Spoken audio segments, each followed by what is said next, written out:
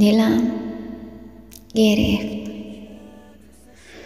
دلتنگ شدم. نمیدانم، شاید برای تو، شاید برای روزهای با تو بودن و از من دور شدنت. میخواهم از همینجا صدایت کنم،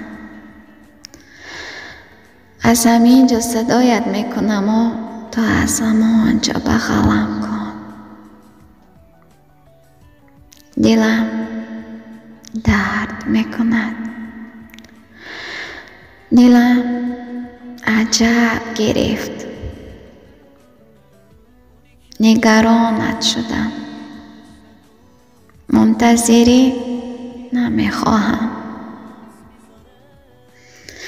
تنهایی به دلم زد.